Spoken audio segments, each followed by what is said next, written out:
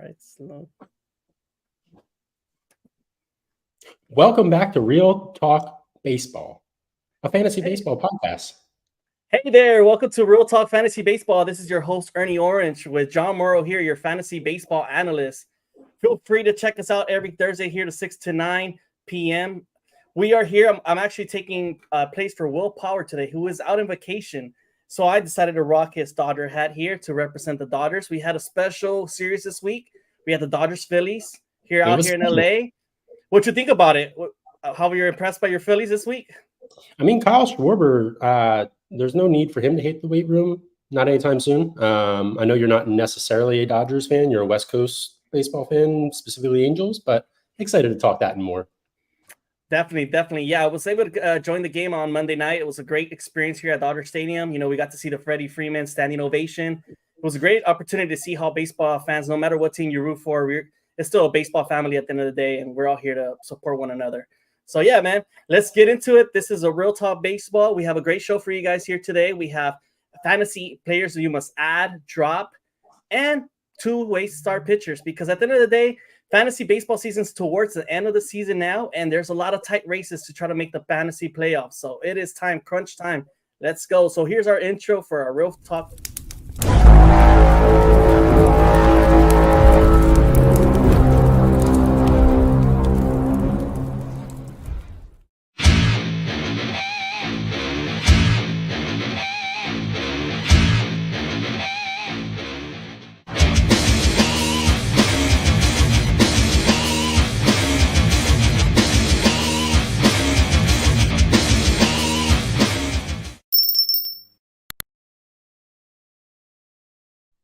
Well, we are back. So what's going on with you, John? How's that East Coast life treating you out there? We are, I'll fair warn everybody here, we are in the middle of a hurricane here. So there's a slim chance we lose power. Hopefully that's not the case, but excited to hang out with you, Ernie, Genesis, Carlo. What's up? Yeah, it looks like everybody's joining in for the fun as well. We have a lot of great news here for you guys. Like I was mentioning before, we're towards the last weeks of fantasy baseball, and this is go time right now, right, John? It's an opportunity to find those players you may need to find for the playoffs, because if you don't find them now, good luck, because there's going to be nobody available in that waiver wire once the playoffs come around. So do you want to mention any of those players that we should potentially be looking at right now that, we're 3 to 4 weeks away from the playoffs? Who should we be targeting at this waiver wire? So a couple of things I'm seeing this time of year is now's the time you really have to take a chance, and it's a chance that you're going to have to take that when you get in the fantasy baseball playoffs, this guy's going to pop. So it's the guys right now that are under the radar, whether they're coming back from injury, whether they're just coming up from the minors, who knows? So you got to try to find a diamond in the rough, and we're not going to talk fantasy football, but it is around the corner. But now is the time to win your fantasy league right now, especially when everybody else is starting to do their mock drafts for football. They're sleeping. Let's go. Yes. So I'm going to start with my first ad. I know we like to do 60% owned or less. I'm going to start. This guy he's owned in more than 60%, at least in Yahoo, 59% in ESPN. So I just wanted to start with this guy only because I'm still in love with him. Got to talk some smack with Will. Jackson Holiday, man, welcome back. And welcome back to my guy. So Jackson Holiday, I told you last week, for those that were listening to the episode, I was in Baltimore, and I told my buddy Breyer, I said, hey, look, we were sitting behind home plate, top center, and the cheap seats, good views and everything else. I said, let's just go down, catch Jackson Holiday's first home run ball, sit in right field, see what happens. Oh, my God. So we came close. Fun. But since then, so let's talk about what he's done even since that first home run last Tuesday. So he's just been absolutely raking. I do wish Will was here. I hope he's in the comments, but would love to shit on him a little bit for saying that Jackson Holiday had no chance the rest of the year. So Jackson Holiday has just done, 4 home runs, only 4 home runs in 6 games, 3 home runs in his last 3 games. Kid's here, man. It really is. He's a really been impressive week for Jackson Holiday. His looks like he's found his swing again. It was a rough start. He started 1-31 to start his career, but he's a young kid, a lot of potential still. And, the Orioles send him back down to the minors. made him work on his stuff. And now he is back. And now he's there for the playoff push, which is incredible to see because like I think that's what Will expected. He probably didn't expect Jackson Holiday to already be in the lineup, but the way he's playing, that Oriole team must have him in the lineup every day. Now, so did you see actually what Jackson Holiday accredited to his success? No, what he do? So he came up, obviously, I think he batted what, .059. They sent him back to AAA, got hurt a little bit, started raking again in AAA because he found Golden Tee, the video game like that. And he said that fixed his hand-eye coordination. He set record scores on 3 courses. And I forget what ballpark he said that they were just in they walked in the visitors clubhouse and it had Golden Tee. And he's like, oh yeah. So quick Jackson Holiday tangent there, but I'll talk about my next ad. Someone else that should also be on your radar, same position, similar position, I guess, long-term, but Zach Neto, that's your boy. Yeah, he's been playing on hot fire lately.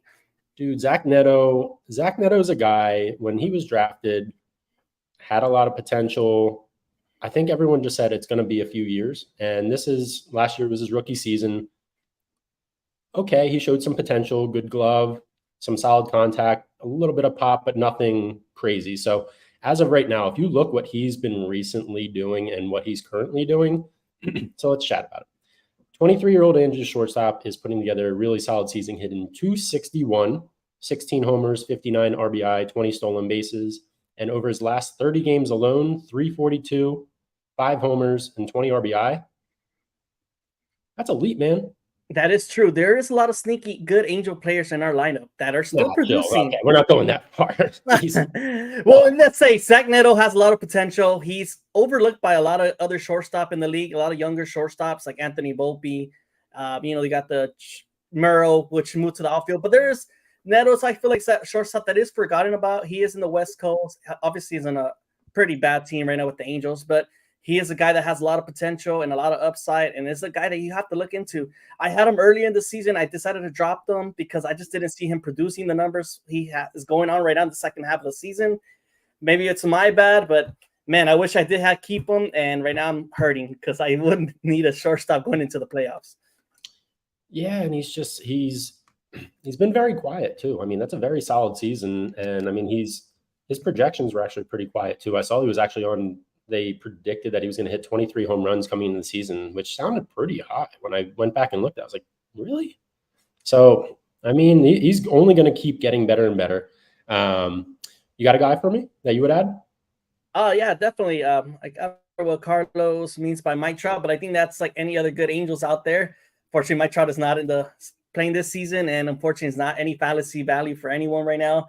I know you have him in fantasy, right? You needed him a lot this year, but unfortunately he'll be back for the vengeance next year, that's for sure. But a guy I definitely would add to our waiver wire ad list right now is Jock Peterson. I think he's playing lights out right now. In his past 9 games, he's batting over 409, going 9 for 22, and has hit 5 home runs. And if you're looking at this Diamondbacks team right now, guys, it's a team that is really on fire.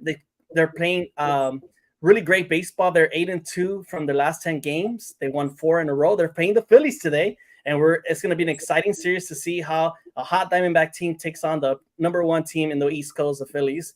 So it's a great one to see, but I think that you got to roll with Jock Peterson right now. He's a guy that does have a lot of experience. He's an everyday type player, and he has a hot hand, and that's what he do. Right now, it's time to pick up D-bat players. He's one guy you must pick up, Geraldo Perdomo, another guy that missed significant time with a knee injury. And he has never found his bat recently, but lately he's also playing much better. He is also making an impact for this D-backs late into the season. He's just hit a couple home runs, and he is found only 15% into the Yahoo leagues right now. So it's easy to find him. He's available, and so is Jock Peterson with 44% in Yahoo. What do you think about those two guys? I think the D-backs are on the right path again. They're looking sneaky just like last season, and offensively, they're looking dangerous. I think good things come in 3. So I'm actually going to give you Eduardo Rodriguez too. I've been telling everyone this all season. Stop sleeping on Eduardo. I mean, did he have the best start in the world when he came back? No. Was it his first start since he came back? Yes. I mean, we've seen this guy do some elite stuff in Detroit. We also saw him turn down a trade to the Dodgers. I mean, this guy is awesome. So I do expect big things from him Sorry, everybody.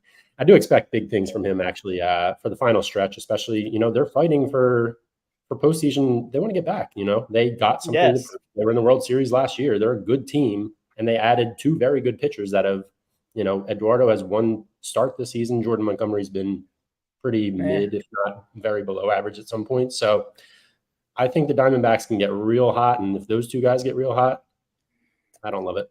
I'm really upset at myself. I've had Eduardo Rodriguez in the IL all season. And just last month in the All-Star break, I got hit with a bunch of injuries, just like everyone else. I just couldn't hold on to him anymore. I was waiting for 2-3 months already, and I was getting desperate with the IL spots. And, every league is different. So I had to unfortunately drop him. There goes somebody else that was in 4th place, snuck him, got him. Man, now he's going to go to 1st place, I'm pretty sure, just because he was able to lock in with Eduardo Rodriguez. So that's a part of the game. That's fantasy for you guys. There's a lot of injuries this season, just like any other year, but it's been definitely an interesting one trying to find those waiver wire ads because there's not many out there, especially if you're looking for pitching. People are desperate. And as you're heading into the playoffs, you're seeing a lot of players that had really great first half starts going downhill right now, and it's not looking pretty. I'm in one of those cases. I started pretty good, and now the ship is sinking, guys, and I'm desperately looking for players. So, yeah, John, I think that's definitely some great choices for us here. Another guy I can mention is TJ Friddle, a guy that overcame a lot of injuries this season as well. He had a thumb injury, hamstring injury, wrist injury. Man, this guy's gone through it all. But just in this past week, he's just changed it around. He's on 35% in leagues in Yahoo. But lately, man, I think he is just playing great. Last 5 games, he's brought in 7 RBIs and looks like he's found himself again. And like last year, he just came out of nowhere, had his first complete season, hit 18 home runs, and I think he has a lot of potential. But for right now, I think TJ Friddle's another guy you have to look into, a guy that's sneaky and hot towards the second half. I'm a big TJ guy. While we're talking about outfielders, I just want to give me a straight face real quick, if you can. Eloy Jimenez. Oh, all right. I don't know, man. So they're playing. The Orioles are giving them a shot, and I think part of that is Heston Kjerstad is down in AAA right now. He also has a concussion. When he is healthy again, are they going to bring him back? But I mean, they're giving Eloy a lot more opportunity than I even thought they ever would, and he's 8 for 15 with.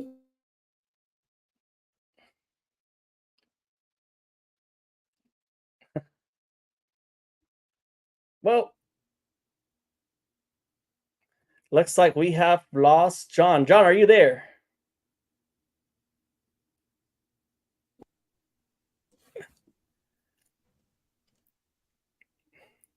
Sorry, guys. Looks like we're having some technical difficulties here with John, but yeah, I think he was mentioning there's definitely some great potentials out there. Eloy Jimenez is definitely a guy that was recently traded from the Orioles and received from the White Sox, and he has a guy that had a lot of potential, and unfortunately, I think he has a potential. If he gets a lot of playing time, he will be back and will be able to produce for the Orioles. What's going on, John? Are you back? I can hear you. You see me all right? I see you all right now. Well, welcome back. I know you were talking about Eloy Jimenez, and like I was mentioning, he just recently got traded to the Orioles. And this hurricane's going to mess with us a little bit here, so I might be a little choppy, but hopefully not. Well, looks like John is dealing with a hurricane issue out there in Pennsylvania. I hope everything's looking all right out there. But I guess we'll go ahead and continue. Like I mentioned, Eloy Jimenez got traded to the Orioles. Was kind of a trade that a lot of people had a lot of question marks why that trade was recently made.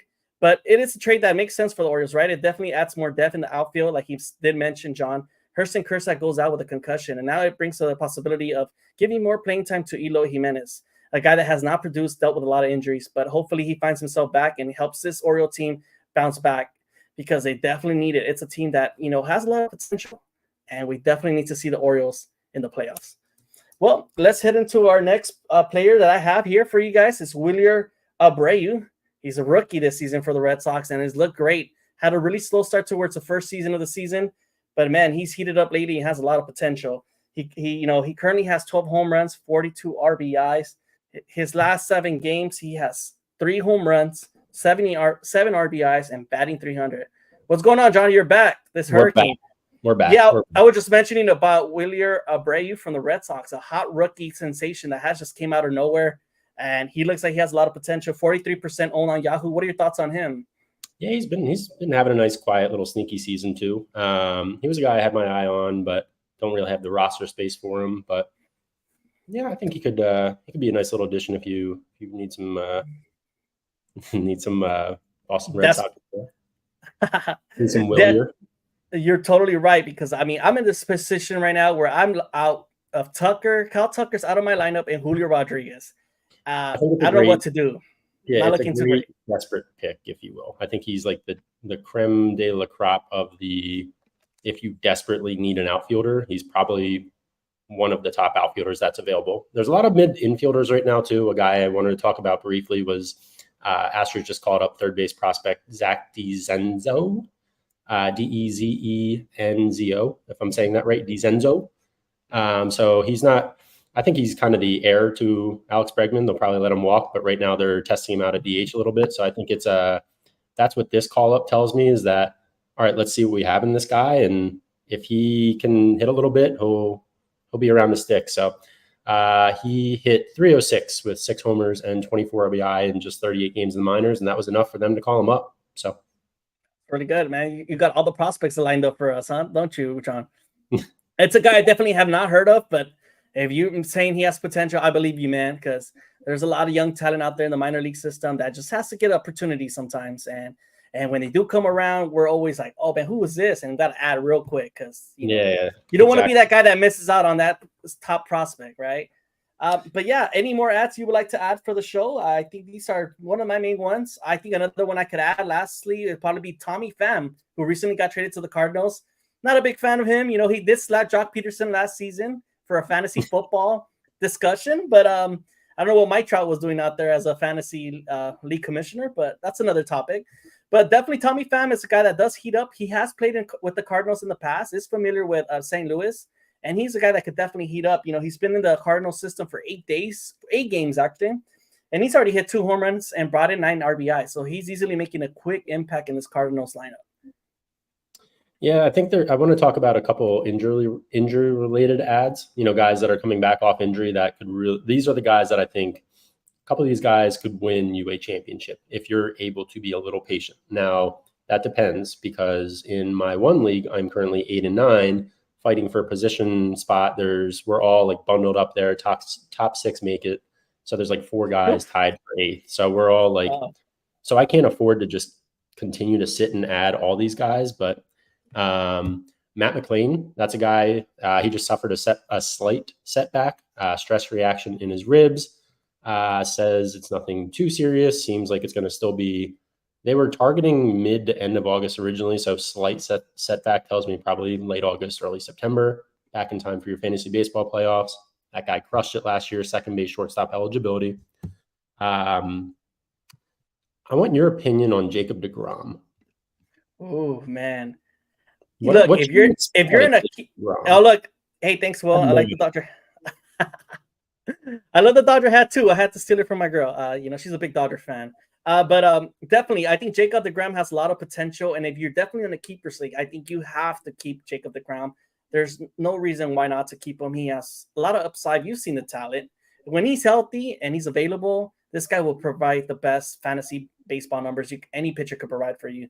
But if you are in a league right now where you desperately need to win and he's holding you up in a high spot, I think it is possibly a time to drop him.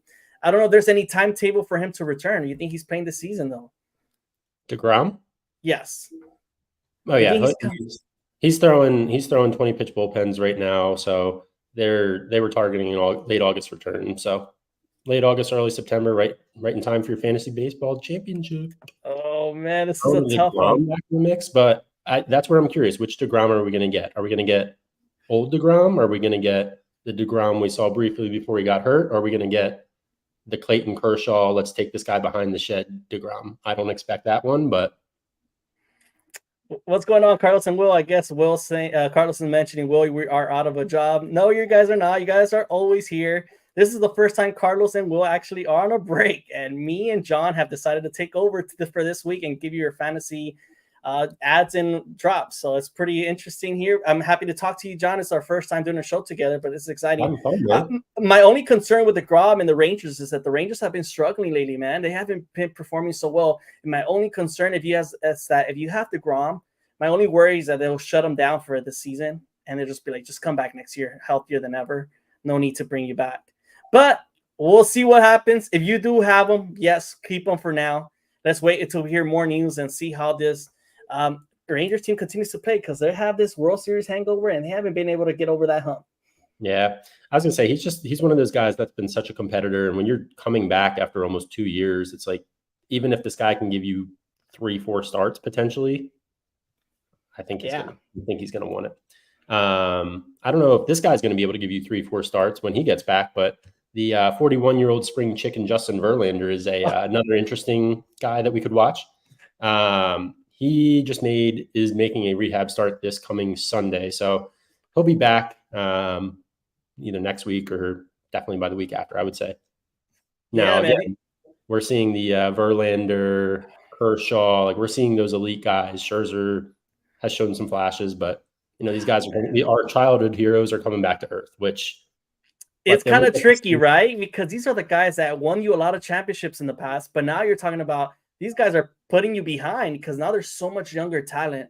The game of baseball has just gotten so much younger. You keep bringing up these arms that are still throwing 104, 105 miles. You're like, wait, hold up. These Kershaws, these Scherzers, and Verlanders can no longer do this. So this is pretty wild for the game of baseball, but this is where it is at. If these guys could come back to be to their elite level, man, you're going to win that championship. That's for sure. On the 105, though, real quick, Aroldis Chapman still throwing 105, 15 years in the league. For God's sakes, man. Exactly. He saw Machado's face. He was shook, and he was like, that was just like a bullet down the middle. And talking about another guy from my Angels, Ben Joyce threw the fastest pitch this season as well, throwing 104.7 to end the game to get his first career save. I just want to thank the Phillies for taking Carlos Estevez from our hands. I know he was off to a great start this season, but I was over him. I was okay giving them to you guys. And, Phillies, you guys give us a lot of great players. Logan O'Hoppy's one of them. And now we've gotten 2 prospects, Hey, man, O'Hoppy's going to be a star, just saying right now. The same O'Hoppy that was 0 for 10 with 6 Ks the other day? Is that the O'Hoppy? It's okay. It's okay. That's part of the game, man. We go through stretches. This is the Angels this year, man. We're looking down the future. I didn't like when we traded O'Hoppy, but they weren't going to get rid of Real Muto and going first. They just didn't have room. Exactly. And you guys are on the pace of being close to winning the World Series right now. There's no way you're going to go young. You know what I mean? So, one Angels trade away. Right. That's true. Well, let's go on into the drops. Which player should we be dropping, man? There's a lot of teams holding on to these players, waiting for something special this season from them. And guys, it's almost 3 to 4 weeks left before the fantasy baseball season. And if you don't have these players, I think it's time to get rid of them, because if you're not in a keepers league at this point, why are you holding on? I know if you love this player so much, it's time to let go sometimes, right? It's very hard.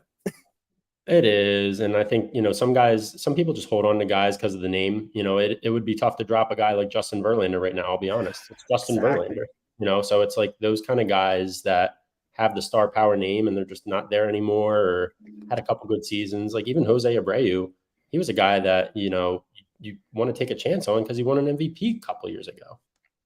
I guess Will has a question for us. Who do you guys like more for 2025, Jackson Jobe or McClanahan? I'm not answering that question. Will has an active trade offer for McClanahan, so he's just testing my hand. I know what he's doing. Oh, really? So this is a test. Beat it. So we're not answering. We're going to answer in your next show. I guess you guys will have to discuss that one. I think they both have great potential, but that's going to be on your answer, man. Since you are a prospect guy here for Real Talk Baseball, you are the one with the best prospects lined up for us. So you'll give us more info next week on this show. I will briefly answer it without, but still, Shane McClanahan's shown he can do it already at the major league level. Jackson Jobe hasn't. So you have to say McClanahan until Jackson Jobe shows he can do it. I totally agree. I would go with the same route.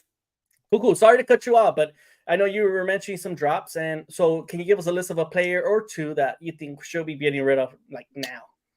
Yeah, I think there's 3 guys I really had on this list. I don't want to go too much into them, but and then just curious, I guess, on your opinion on a couple of them. But Jose Iglesias of the Mets, he's come back to earth lately. a guy that was a waiver pickup for if you had like an Ozzy Albies injury. We talked about that a couple weeks ago. He's been a great story. He's been a great fill-in. Maybe he won you a week, but time to consider Candelita, with the new banger. Oh my God, it was cool while it was hot, but it's like any type of song. It's good for a couple weeks, and then you move on to the next, right? Yes. And that's what Jose Iglesias is. He's kind of a spark in the lineup. He helps your team here play defensively really well.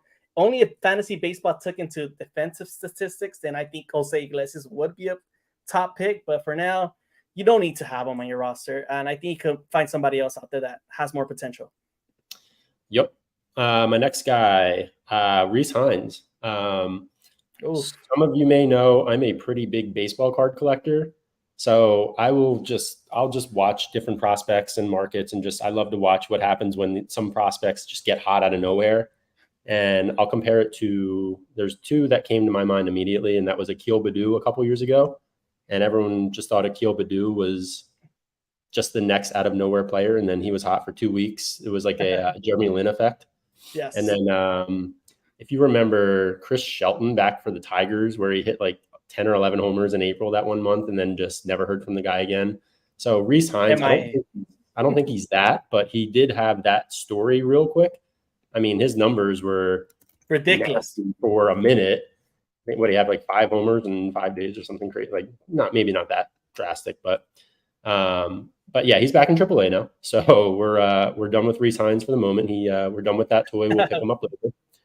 And Jonah Heim is another guy. I like Jonah Heim a lot. I picked him up last year as a waiver pickup. I really liked his bat. I liked his energy. I think he was a big piece in why the Rangers actually did win the World Series last year. He was a nice little spark plug. This year, he's just boring as hell. I'll be honest. It really is. Nothing to show for it. 233 average, 10 homers and 47 RBI. It's like, you're not giving me much of anything. I guess you're giving me pretty average, if not below average catcher production, and I can get that from anybody. So I'm just kind of bored with Jonah Heim. I'm kind of testing out a couple different catchers. I haven't found my guy, I guess. And here we are in August, and I'm saying I haven't found my catcher. But hey, man, I'm running with 2 catchers these days. These catchers just take too many days off for fantasy purposes, and I feel like sometimes you need to have that backup ready to go. But, hey, man, I got a couple guys I want to drop, but what do you think? Should I go ahead and drop these guys? I'm going to mention these 2 names. Jesse Winker, who recently got traded to the Mets. I don't know about him. He just doesn't look the same now that he joined the New York uniform. Should I go ahead and drop him? And Taylor Ward. I know I'm a big Angel fan, but this is a guy that has to go. He's not consistent enough with the long ball. He goes through hot stretches, then he goes cold weeks for a long time. I don't know what I'm going to get from him. So I think personally I would drop these 2 guys that are pretty highly rostered, over 50% in a lot of leagues. Would you drop these guys as well? Would definitely drop Jesse Winker. Taylor Ward, I think, is intriguing just because of he's multi-position too, right? I believe. I think he's just strictly outfield now, I think, this season. But yeah, he does. You're right. I think he possibly does have the potential to be a first baseman in the past, but I'm not sure. But obviously primarily outfield. Yeah, I mean, Taylor Ward, I honestly, I'm more surprised. I wanted to ask your opinion why they didn't trade him. I don't either. I don't understand a lot of the trade deadline by the Angels. They came to say that they were just not being offered what they deserve. And it does happen, but at this point, it's time to get rid of this money contracts, get rid of them, and get some prospects for at least something, right? And we only traded Luis Garcia and Esteves, and I was hoping for way more, but this guy Ward was definitely an option for a pitcher, and I didn't see why they didn't trade him. But this offseason, I don't see him coming back for next. Yeah, I agree. So, yeah, man, any more drop players? I think these are top players that we should definitely look into dropping. But we are going into the week 19, if I'm not mistaken, right? Next week?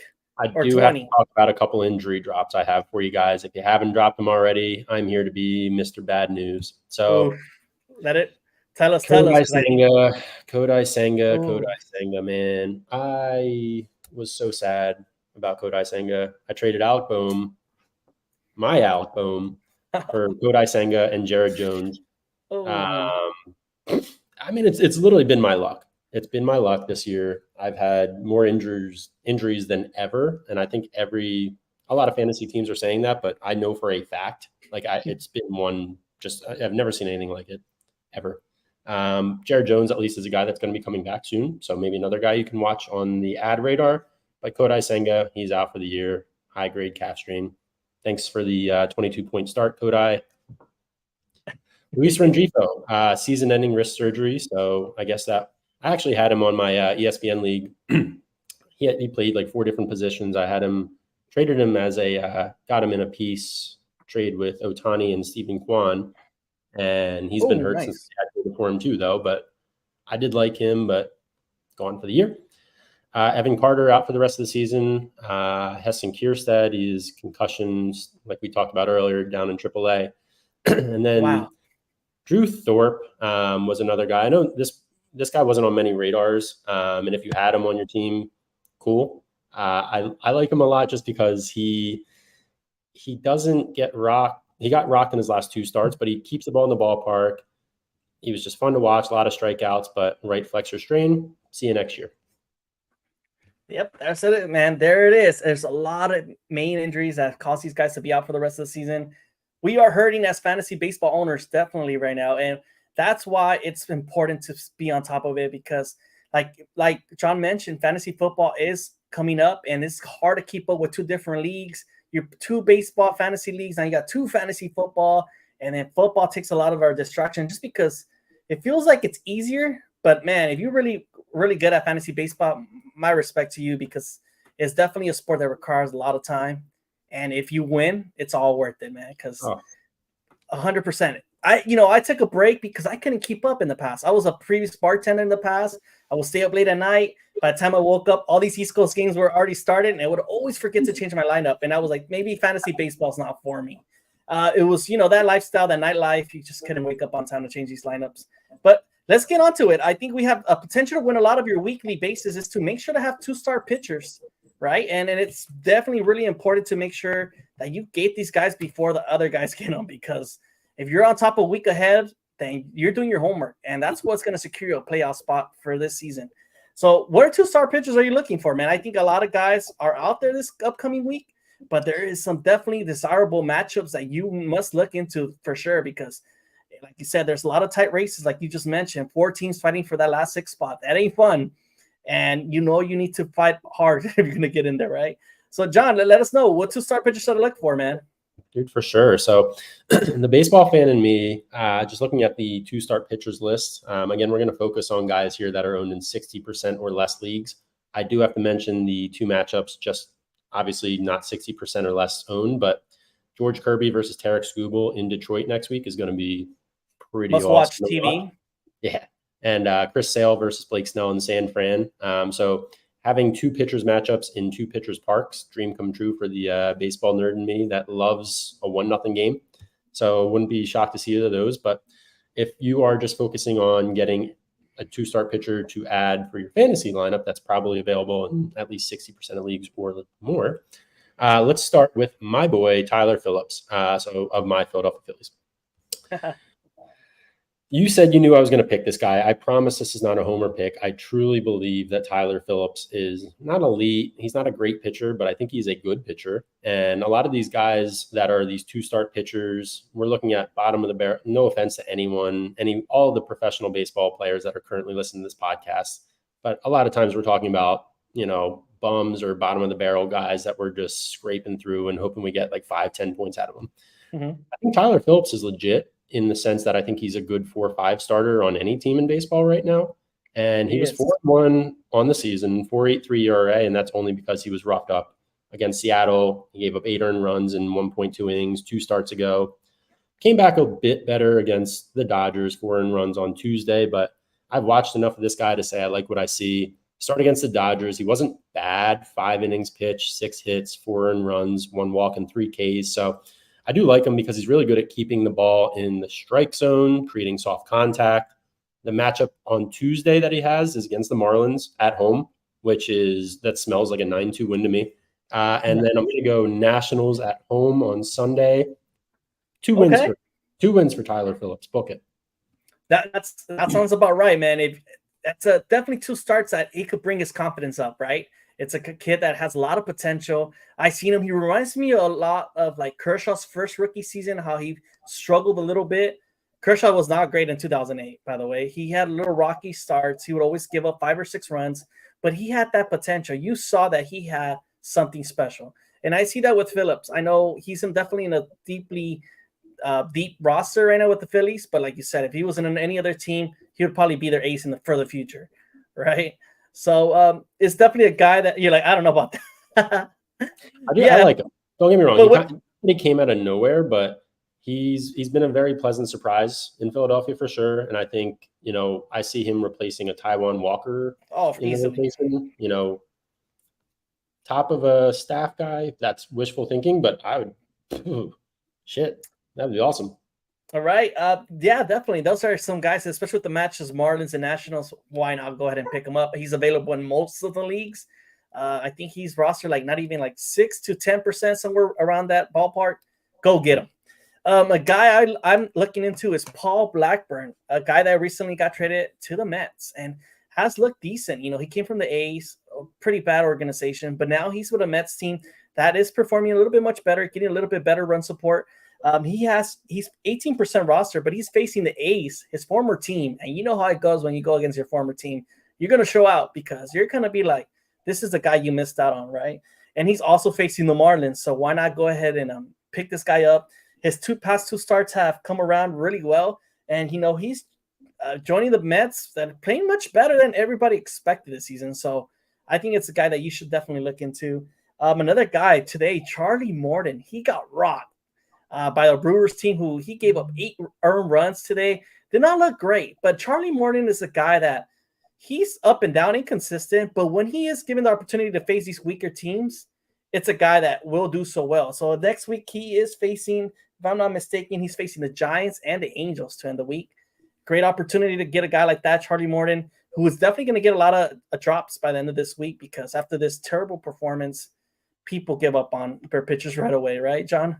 I like those 2 picks. Those were 2 really good picks, and they definitely do give on those pitchers. So I'll give you my second guy. I had trouble picking a second guy, I'll be honest, but I did end up going with Trevor Rogers of the Orioles, formerly of the Marlins. So I guess we're just picking on the Nationals today. It's fine, they deserve it. But he is he's going to be facing the Nationals on Tuesday, and then he's heading to Boston on Sunday. I should say both games are at home. So Trevor Rogers' numbers haven't been, they look horrendous, but they haven't been as bad when you really dive into them. He is supporting an ugly ass 2-10 record with a 4.17 ERA, but he is now a Baltimore Oriole. These are going to be his first 2 starts at his new home. He's got a little extra juice going up against, like you said, his former team. So, or not his former team, but just the first start back in his new ballpark, I should say. So going up against, I'll say when his last 2 starts against a Guardians lineup, a decent Blue Jays lineup, he's been pretty fine. And these are 2 much weaker lineups. So at home, extra juice, bad lineups, good lineup that he is getting some run support from. I like Trevor Rogers. Definitely. Those are some great choices for you guys out there listening. And if you're listening for the first time, make sure to hit that like and subscribe button. We really appreciate it. Our goal is to hit 1,000 subscribers by the end of this season. We are on path right now with that. But make sure to tune in every week, every Thursday here. John and Will Power take over this show every Thursday. I'm ErnieOrange. I take part with Carlo Baseball on the Sunday show, Power Hour. We bring the latest, hottest MLB news and latest topics. So we have a lot of content here for you guys here at Real Talk Baseball. But yeah, man, John, I'm happy to be here talking baseball with you. We're having a great time. I'm in the West Coast. John is in the East Coast. We got this LA Philly rival looking like an NLCS preview. But let's get into this. What happened? This news in this baseball world this week. The Dodgers and Phillies did play yesterday. There was a very controversial call at third base with Miguel Rojas. Brandon Marsh decided to bunt and move the runner over to third with Alec Baum, and they call Miguel Rojas fielder interference. What are your thoughts on that? After watching a replay, man, I don't know what Miguel Rojas could have done, and the umpire Hunter did not want to hear from Ray Roberts. So, what are your thoughts on that as a Philly fan? There's 2 different answers. I have thoughts on it as a Phillies fan, and I have thoughts on it as a baseball fan. Ultimately, okay, they're the same answer. As a baseball fan, I think it's a very soft call. As a Phillies fan and tying back in the baseball fan, it's still the right call. He slid into his leg. His leg was there. He slid into it. That's that. So that's not the reason I you don't got to know. watch the game either. It was 50-50. Let me just say that. But I wish this play was reviewable at least. It gives the opportunity to the other team to defend themselves. This play changed the whole outcome of the game, I would say, because the following the following at bat, the Phillies go on to score and tie the score. It was a really great series, but man, I don't know, man. I think that umpire Hunter could have done better and at least hear out Dave Roberts before just kicking him out into the game. Joe Kelly had a terrible outing and gave the lead for the Dodgers. But man, what a crazy weekend! I do see this as a potential NLCS preview. Hey man, I was there for the 2008 NLCS preview, and let me just say, I had never seen Dodger gangster cholos cry in the reserve level. Okay, I was there. I witnessed it. It was one of those crazy baseball memorabilia I have in my mind. But man, it was a great time for baseball. And 2008 reminds me a lot of the Phillies when I think about them. So yeah, man. Hey, and then let's get into it. I know you went to a lot of. Can you tell our listeners where did you go last week? You were in a lot of baseball parks out there, weren't you? Can you let the Yeah, man. listeners know where did you go? So we took a 5-day baseball trip. So started in Philly last Tuesday. Okay, Ironic, I live about 30 minutes outside the city. So started in Philly, went to the Tuesday night Yankees-Phillies game. Of nice. course, it went into extra innings, so we were already tired. Goes into extra innings. Then we drive right down to Baltimore, stay overnight in Baltimore. I got to see the Orioles, Jackson Holliday's first home run on Wednesday. After the Orioles game, head down to Atlanta, saw the Braves on Thursday, got an Acuna bobblehead, and then Cool. took the day off on Friday, driving back up north because that's a hike. And then we saw the Nationals Wow. and went So back home. four ballparks in 5 days. 4 ballparks, 5 days. I actually was only able to check off one new ballpark, but it was awesome. It was me and my buddy, so I'm not trying to, but it was just a very cool moment because my buddy's having a boy in about a month, their due date, and Okay. I'm having a boy in about 2 months. So it was like one last boys trip before the boys. So kind of cool. Yeah, But that's really the awesome, man. yeah, That's it cool. was I really wish I could do cool. that. We don't have that out here in the West Coast. Let me just say that. We're scattered everywhere, and it's a drive to get somewhere. So seeing you drive from Baltimore to Atlanta, wow, how many hours was that? From Baltimore to Atlanta was about 11. We broke it up. So we broke it up into like 8 and 3.5, so 11 and a half, minus bathroom breaks. But it wasn't bad at all, man. We were listening to Real Talk Baseball half the time. So Oh shoot. represent, baby. That's what's up, man. We appreciate you listening out there in the East Coast, driving in the highway. We have a lot of great stuff for you guys here, right? And this is a lot of great baseball coming up. And do you see the D-backs and Padres beating the Dodgers out for that NL West? It's the Dodgers division. The Diamondbacks are going to be, obviously they're in the wild card, but if the Dodgers lose this division, that'd be hilarious, honestly. But I would rather, for seeding purposes, I would just love to face the Dodgers in the NLCS. I would love nothing more. Yeah. I think every baseball fan would want that as well. I think it's one of those matchups we must see TV, right? I would think so. Speaking of the Dodgers, though, I think there's a couple points that we should talk about here. One quick, since you're wearing the Dodgers hat and I'm not a Yeah. Dodgers fan, what are your honest thoughts? And I would love to hear the crowd's thoughts on, is Clayton Kershaw cooked? Have we seen the end of elite Clayton Kershaw? And when I say cooked, is he even good anymore? Is he just average or below average? What should we see? Is this the end of Kershaw? Is he retiring? Is he going to get hot for the playoffs? What are your thoughts? Oh man, it's really sad to say, and as a baseball fan, it hurts me to say this, but I think Yeah, every Dodger fan will tell you out here in LA that I feel like every Dodger fan out here in LA would think that this is it. This is it. Unfortunately, Kershaw no longer has it, and I think it's towards the end of the career. And I think the Dodgers are finally going to move on after this season. What are your thoughts? Do you think they're moving on? I don't know. Well, who else do they have? I mean, they if he's willing to come back and say, I didn't go out the way I wanted to go out, and ultimately if they don't, is Dustin May healthy? Is Gonsolin healthy? Is anyone in the Dodgers rotation ever healthy? Dude, Sorry. it is looking really. It's not looking great for the Dodgers, that's for sure. And if you ask any Dodger fan, they're time to start panicking. It's that time of the year where Dodgers start losing some arms, start losing some bodies, and Dave Roberts is in the hot seat, that's for sure. Speaking, I think there's something out in the water out in LA right now, because another fun little baseball stat I saw the other day on Twitter, X, sorry. Anthony Rendon with 1 home run since Aaron Judge and Shohei combined for 109. 109 home runs combined to his last 1 home run. I mean, is Anthony Rendon, I don't want to shit on him too much here, but is he not even cooked? Is he just embarrassing himself beyond belief at this point, or what? I mean, at this point, I don't think the guy's even interested in baseball. I think he's just doing it for the 38 million. So I don't know what the vibes are. Like, are people, if he gets a hit, are people even clapping, or they're just going up to get their popcorn? We're really only caring about our cookies out there and our helmet nachos. That's what we're really known for out there in Angel Stadium. But yeah, every time Rendon does get up there, it's like, he was gonna do whatever he has to do, right? Gonna probably pop out, and that's it. I'm not expecting much from him, even though he's getting paid 38 million. It's just really sad. And as an Angel fan, it hurts me. Can't wait till the contract's over. I love playing fake GM, especially the Phillies. So if you're the GM, if you're Perry Maniason, I think that's their GM.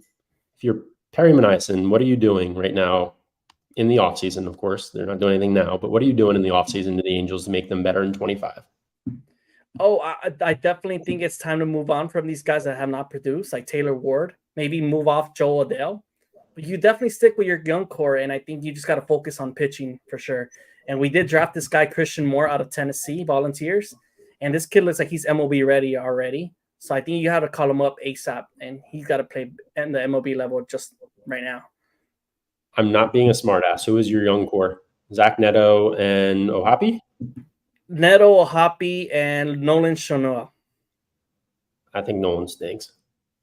You think he stinks? His bat is kind of weird, right? The way he hits, it's like, He's like a big, thick dude that can't hit it out of the infield. But the reason I asked that, I mean, we know Trout's done fantasy baseball-wise this season. He's not coming back. But next year, we talk about coming back with a vengeance. Are the Angels really just going to say, all right, next year again? They've been playing this game for 10 years.